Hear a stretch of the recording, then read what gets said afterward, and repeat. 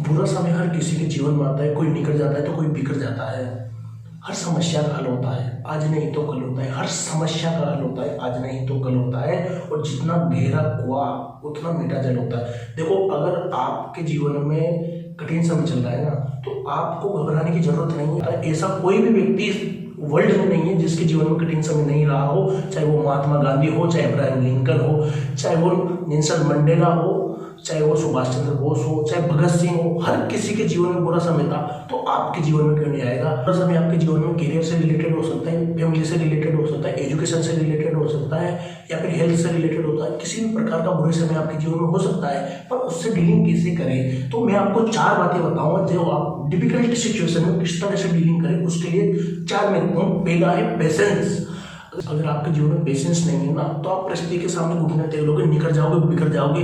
वही मैं आपको समझाना चाह रहा था कि बुरा समय हर किसी के जीवन में आता है। कोई निकल जाता है तो कोई बिगड़ जाता है। आपके जीवन में दुख है, समस्या, तकलीफ है, चिंता है, बहुत सारे करियर से रिलेटेड। देखो, जीवन है तो समस्या है, जीवन है तो समस्या है, और सुख है तो दुख भी है, सर्दी है तो गर्मी भी। हर चीज के 2 पहलू होते हैं। तो जीवन में कभी सुख आता है, कभी सुख जाता है, कभी सुख आता है, कभी सुख जाता है। भगवान ने भगवत गीता में बताया है। आपको क्या करना है? आपको इनको सहन करना है बस। देखो, जो भी है ना चला जाएगा, कोई बात नहीं। पेशेंस, धैर्य रखो, ठीक हो जाएगा। पॉजिटिव थिंकिंग, अगर आप इस तरीके से चीज़ों को लेंगे ना, तो पेशेंस रखेंगे। भगवान राम कहते हैं कि पेशेंस के आगे बड़े से बड़ी समस्या भी चकनाचूर हो जाती है। पेशेंस वो चीज़ है। देखो, अगर आप 80 किलोमीटर पर आवर की स्पीड से चल रहे हो, और अगर आप गिर गए और आपके हाथ पैर टूट गए, तो क्या है? 3 महीने लगेंगे ना ठीक होने में, अपने आप ठीक हो जाओगे। अगर आपके जीवन में पेशेंस नहीं, चिंता कर करके मर जाओगे। अमेरिका की यूनिवर्सिटी में एक व्यक्ति को कोबरा सांप दिखा के और उसको आंखों पे पट्टी बांध दी गई। आंखों पे पट्टी बांधने के बाद में उसको लगा कि सांप मेरे को काटेगा, और सांप की जगह उसको एक पिंच हो गया, पर उसकी डेथ हो गई।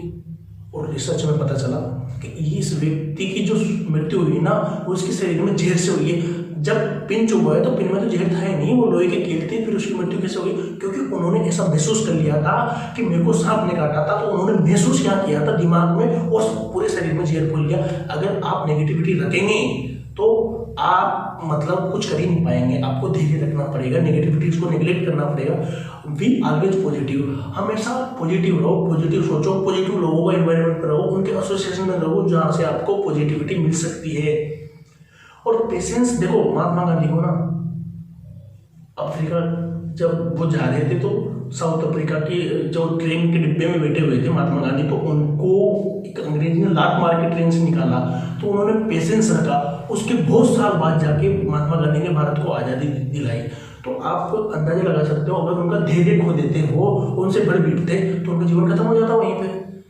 ऐसा कोई भी व्यक्ति नहीं है जिसके जीवन में समस्या नहीं हो। पर समस्या को डीलिंग कैसे करते हैं? आपके जीवन में कुछ भी घटना हुई हो, आप उस इवेंट जो हुआ है ना आपके जीवन में, जो भी बुरी से बुरी घटना आपके जीवन में हुई है, ध्यान दीजिए, वो जो इवेंट हुई है, उस इवेंट पे आपने कैसे रिस्पॉन्स किया है? आपने अपने आप को क्या सिग्नल दिए कि मैं इस तरीके से ये काम करूंगा तो ऐसा हो जाएगा, या इस तरीके से ये काम कर लिया अब क्या होगा? अब कुछ नहीं होगा, अब बर्बाद हो गया, लुट गया। इस तरह की अगर आप सोच रखोगे तो बिल्कुल भी आप जो है ना इस बुरे समय से बाहर नहीं आओगे। तो आपको क्या करना है? पेशेंस रखना है, धैर्य रखना है। तो पेशेंस का क्या ना बड़ी से बड़ी चीज। समय लगता है, कोई बात नहीं, हो गया, सबके जीवन में होता है। एक भी ऐसा व्यक्ति नहीं है जिसके जीवन में बुरा समय नहीं आया है। और दूसरा है प्रैक्टिस। वो प्रैक्टिस करो। वो हेल्थ खराब है तो योगा करो, कुछ ऐसी एक्सरसाइज करो जिससे आपको हेल्थ में इंप्रूव आएगा। अगर एजुकेशन में रिजल्ट खराब हो गए तो प्रैक्टिस करो, बहुत सारे टेस्ट दो। तो किसी भी रिलेटेड से जो भी आपके जीवन में नेगेटिव समय चल रहा है, जो खराब समय चल रहा है, डिफिकल्ट समय चल रहा है, तो उससे बाहर आने के लिए क्या करना चाहिए? आपको एक्शन लेना पड़ेगा। देखो, बिस्तर में बैठ के तो आप ठीक नहीं होने वाले ना। जो भी बुरा आपके जीवन में हुआ उसको आप बिस्तर में बैठ कर तो ठीक नहीं कर पाओगे ना। आपको एक्शन लेना पड़ेगा, आपको कर्म करना पड़ेगा।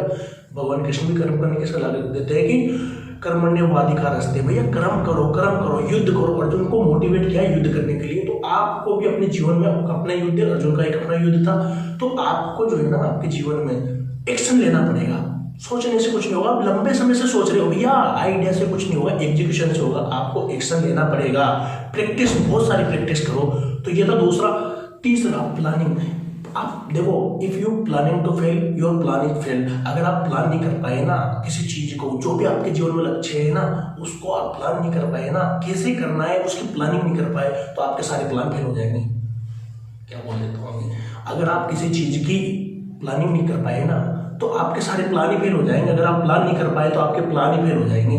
तो कैसे, अगर किसी भी व्यक्ति को कुछ भी करना होता है तो उसके पहले उसके दिमाग में आते हैं, विचार आता है। क्या प्लानिंग करोगे आप प्लानिंग करोगे कि ये जो टेम्परेरी जो भी समस्या मेरे जीवन में हुई है, उस टेम्परेरी समस्या को मैं किस तरीके से सोल्व करूंगा।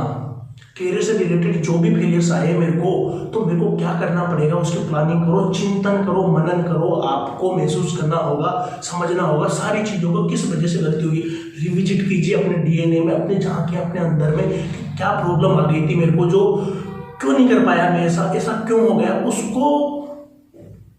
उसको पूरी उसकी प्लानिंग कर लीजिए अपने ब्रेन के अंदर। उसके बाद में फिर आप उसमें करेक्शन दीजिए कि मैं ये कर सकता हूँ। प्लानिंग के बाद चौथा है पर्पज। देखो, आप अब तक बुरे समय में इसलिए हो कि आपके पास पर्पज नहीं है।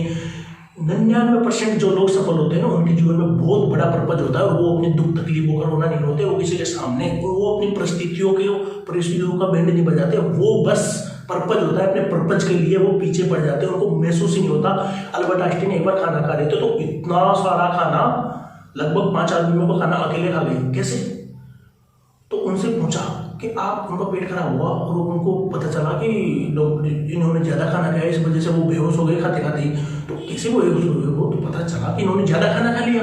अब ज्यादा खाना खा लिया तो उनसे जब होश आया उनको, तब उनसे पूछा कि आपने ज्यादा खाना खा लिया था, तो क्यों खाया था आपने ज्यादा खाना, आप कुछ दवाई ववाई खा के आए थे? कि नहीं, मेरे दिमाग में इक्वेशन चल रही थी, मतलब मैं दिमाग में सोच रहा था अपने लक्ष्य के बारे में, मुझे पता ही नहीं रहा कि मैं खाना खा रहा हूँ। तो देखो, आपको ना अपने जीवन में तकलीफें, दुख, चिंताएं, डर, असावधानी जब महसूस होगी, जब आपके जीवन में लक्ष्य नहीं होगा, तो आप पर्पज सेट कीजिए। क्यों, क्या करना चाहते हैं आप, क्या बनना चाहते हैं, क्या जो आपका गोल है वो रिवाइन कीजिए, डिफाइन कीजिए। उसके बाद आप सब लास्ट में आखिरी है परसिवरेंस। भैया कुछ भी हो जाए, नेवर गिव अप, बिल्कुल नहीं त्यागूंगा। एक बार नहीं हुआ, 2 बार नहीं हुआ, 3 बार नहीं हुआ, फिर से कोशिश कीजिए। आप हार मत मानिए।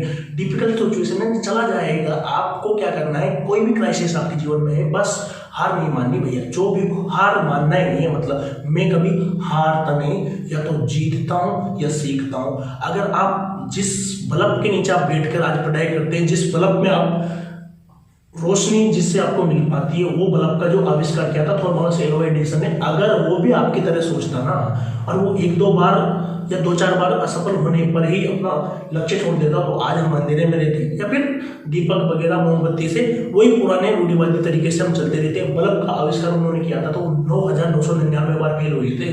कितनी बार 1-2 बार नहीं, 2-4 बार नहीं, 1000, 2000, 5000 नहीं, 9,999 बार फेल हुए थे। और जब उनसे पूछा गया कि यार आप इतनी फेलियर आपने झेली कैसे, तो उन्होंने कहा कि मैंने 9,999 ऐसे तरीके खोजे जिनसे बल्ब नहीं बना जा सकता। अगर मैं और आप कोई भी व्यक्ति होता तो 99% के चांसेज है कि वो ये कहता कि 99% जो मैं फेल हुआ उसका कारण ये था, वो था, ये था। तो उन्होंने बहाना नहीं बनाया। देखो, बुरा समय हर किसी के जीवन में आता है, कोई निकल जाता है, कोई बिगड़ जाता है। तो ये थे भाई फ्री फॉर्मूला। तो वीडियो को लाइक करने के लिए, चैनल को सब्सक्राइब करने के लिए, कमेंट बॉक्स में अपनी राय बताने के लिए आप सभी का हार्दिक से बहुत बहुत धन्यवाद।